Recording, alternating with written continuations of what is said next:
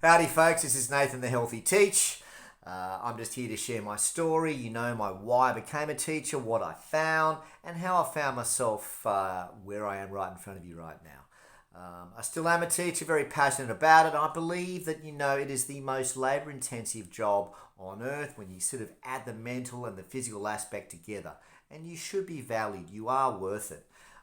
So, first of all, why I became a teacher, I think I had a number of good experiences that, I liked the variety in the day from pastoral care to learning to sport. But I also had challenges, I didn't think I was that bright because my brother would look at stuff and get 100%. And because I couldn't do the same, I genuinely thought there was something wrong with me for a long time. And that gave me empathy and a sense of calling or purpose in becoming a teacher to help others going through the same thing. I was inspired by the good teachers, motivated by the bad teachers to come back and make a difference. And I even did a gap year where I got a bit of an experience in the UK to figure out the work-life balance if it was for me, and I loved it. The emotional revenue that one would get in seeing kids overcome challenges and the belief they get from that could really just change the trajectory of their life. That in itself is a real natural high, an oxytocin that you get through your body when you can do that for other people.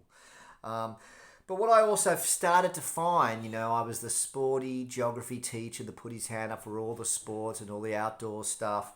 And then before you knew it, that school had me by the intestines, and it started to sway way towards work and not close enough to the middle between work-life balance. And that really made me feel like I was on a hamster wheel of life, which was just crucifying my personal relationships. I also found that at times you were not rewarded for caring and helping others, but at times for going the extra mile, you might even be punished or excluded. And I then would find myself at the end of terms exhausted, just face planting the bed for the first 10 days of a holiday.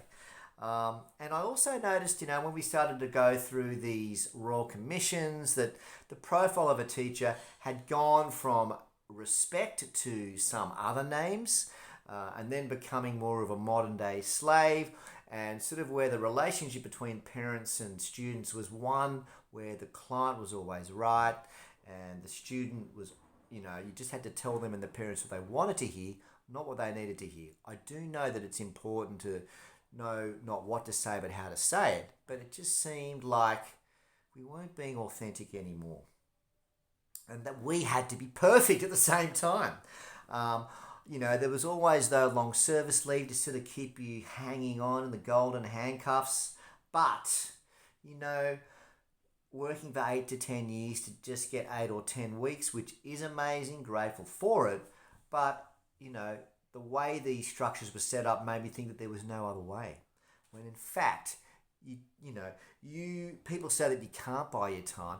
Well, in fact you can through higher thinking and other things that are out there that we're conditioned against even looking at. I then moved into international education, and we saw that, performance was not rewarded again. You were just a number. When COVID came along, that was it. See you later. Despite the, really good evaluations and appraisals from students and jumping numbers and performance, didn't mean a thing. Moving into high schools and the non-mainstream, beautiful, heart-centered communities, but we really struggle in managing those chaotic, disengaged students and what to do with them, and they just eat up all your time. Particularly and more importantly, the time of those kids that want to learn and really need your attention. So then that, I guess, led to me later in life finding this amazing community when I needed it the most. It was magic, to be honest. It just made sense, and it was the values and the ethics and the culture that really just made me go, oh my God, I'm a teacher, and this is what aligns with me more than some of these places I've worked at as a teacher. And it was all about solving the world's two pain points with health and finances. And it was almost like a sense of modern day financial literacy and turning and educating people from using that phone and being a dumb phone and turning it into a real smartphone where all you need is Wi-Fi and a dream, and you're in fact future-proofing yourself. If things aren't working out in the workplace, then you've got that plan B, you've got that community that has your back. And it's a business that just allows you to dream. And the product and the program, if it was marketed as aggressively as Coca-Cola, it would be in every household in the world. And this business is actually based on how many people you do help. You're not punished or excluded. You are rewarded. You qualify. You get paid more by the more people you help.